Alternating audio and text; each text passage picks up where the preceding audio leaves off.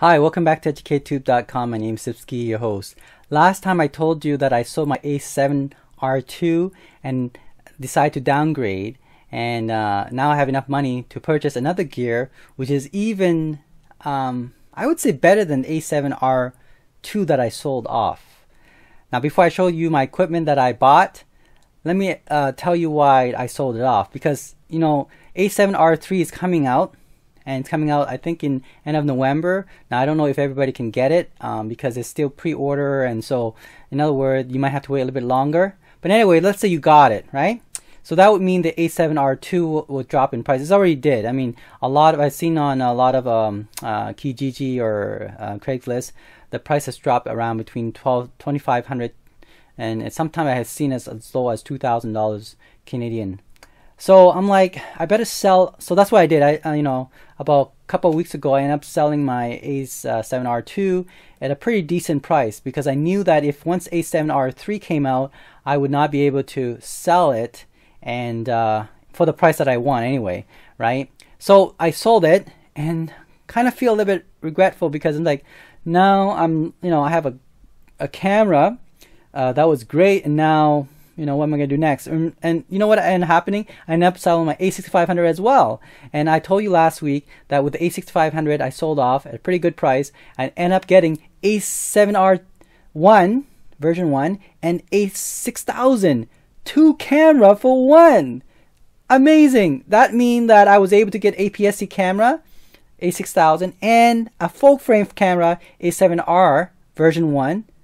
Trade that off for my a6500, and the reason for that is because my workflow is still 1080p, right? So you have to evaluate your system. Like if your system is still under 1080p and your computer system that you're using, that you're editing, you're color grading is still under 1080p, right? Unless you're willing to upgrade your computer, right, for 4K, and then you have to put more money in the storage, right? So, hard drive, SSD card, and all this stuff. Then yes, go for it, but that would be an extra cost. Now, would it improve your image or your quality of your work? Maybe. If your clients ask for it, yeah, it would be. But you know what? If you can show them your work by color grading, do a better job at color grading, and then do a better composition of your video, I believe with 100% of my heart that your work would be much better than doing a 4K and you don't know how to operate the composition, right? You can have a nice image, but if it's all over the place, you don't know how to take a shot, forget it, right? Anyway, going back to the a7rii that I sold off. So, I'm more aspired videographer than a photographer. So, I was debating about that, which one do I do more? I tend to be more a videographer. I like motion picture rather than still picture. Now I like that too because of the artistic composition in it. Whereas the videographer is more, it's also artistic, but it's a motion type of artistic, right? When the image is moving all the time, it's different. Now you can't capture it still, right? It's not like you can post it up. But I think in the future, if with a new the LCD screen that's thinner and you're able to mount on a wall, well, artistic ability for that instead of motion picture would change, right? So in other words, you can just put that image that you have taken on the wall because you have this LCD screen, very thin, onto the wall, and then now it becomes your art work. Okay, so let's have a look at what gear I got. This is Sony FS700R. R stands for RAW, and it's 4K enabled. Now, you cannot record internally 4K. It does 1080p, 240 frames per second, full frame 1080p for about, I think 8 seconds, which if you stretch that out on a 24p, that's like 80 seconds. More than adequate. And if you look at the YouTube videos, what this camera can do, 240p, yeah, and it's amazing. So I got this camera plus a lens. Okay, this lens here, the 18105mm f4 lens, OSS lens, plus the camera, the FS700 and extra $350 cash in my pocket when I sold off my A7R2. Yes. You know, this camera, I would say about 5 years ago, without the 4K enabled, you have to buy, you have to send this to Sony to get the 4K enabled. That'll cost you an additional, I think they say $500 to $700 US. So I got this camera that's already been, you know, I guess tampered with, putting the 4K ability in here.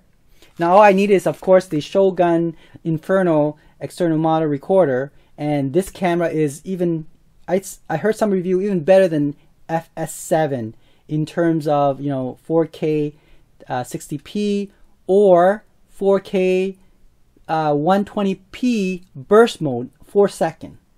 It can do, with Shogun Inferno, it can do 240 frame per second, full HD, continuous.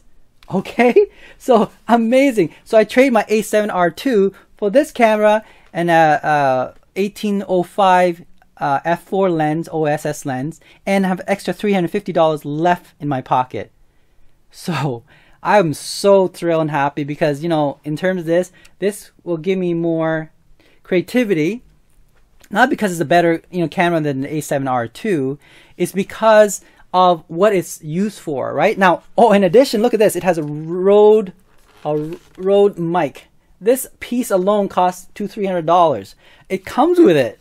That's just amazing. I bought this from a production company that they were trying to get rid of because they are now upgrading to the FS7 or FF5, and I think they said it was a little bit bulky for them. I don't know. Their workflow may not work for this one, but for me, it's more than adequate. I thought it was actually quite light. I mean, I have, you know, used video cameras before, and, you know, I have the old type, you know, one of those that does only standard video. Now this is not too heavy at all, especially with all these buttons and features, the XLR input, 2 of them. It's just, I just couldn't believe it. I was able to trade my A7R2, got cash, and bought these. No, you know, I guess I was very blessed in the sense that, you know, it was the right time and right opportunity to, you know, invest. You know, it has to be the right moment, because I sold my A7R2, I think, at the right time, had enough money, and I saw this ad for this FS700R, right, and purchased it right away with a nice lens and with extra money left. So, you know, the thing is, remember, again, it's about your workflow. It's about why are you buying this equipment for. For me, I'm more a videographer, so I end up trading my A7R2, which is more still photography, to a better video camera. Like I said, I don't remember, if I recall, this camera actually about 4 or 5 years ago is worth $9,000 US without the upgrading to the software upgrading to the 4K. So you compare that to the FS7. If I put in the external monitor, which I have to buy, the Shogun Inferno, it will cost me another $2,000. With it together, this will be equivalent to the FS5 or FS7 even, right? Even the FS7 can't even do, and FS5 cannot even do 240 frames per second. They can only do 180 frames per second. This thing can do 240 frames per second full HD. So again, you got to know your gears, right? This is why I said before, know your gears, know what it's capable of, and know its limits, and know when to use it. So now I'm going to practice with this camera, and going to be for a long time before I even make any purchase to I cannot afford to get other FS55 or FS5. Was it F5? I think it's called F5 and F55. That's in like $20,000-$30,000 camera body alone. So I'm not going to even go about touching that until I know how to use this fully. All right. So again, evaluate your workflow. Evaluate, what type of cinematic scenes you're trying to do. Is it 1080p or 4K? If you're doing 1080p, this FS700 is adequate And then if you want to do the 4K, just buy an external monitor like the Shogun Inferno. Then you can enable this to be a 4K. Now make sure that for the FS700 that the software, the internal, will you have to send this to Sony, right? And they will upgrade it for you, and then now it becomes a 4K enabled camera. All right. So know your gears, definitely. Okay. Don't just buy anything just by watching YouTube. You need to read a lot, watch a lot of YouTube, but when you purchase it, ask a lot of questions. Thanks for watching EducateTube.com.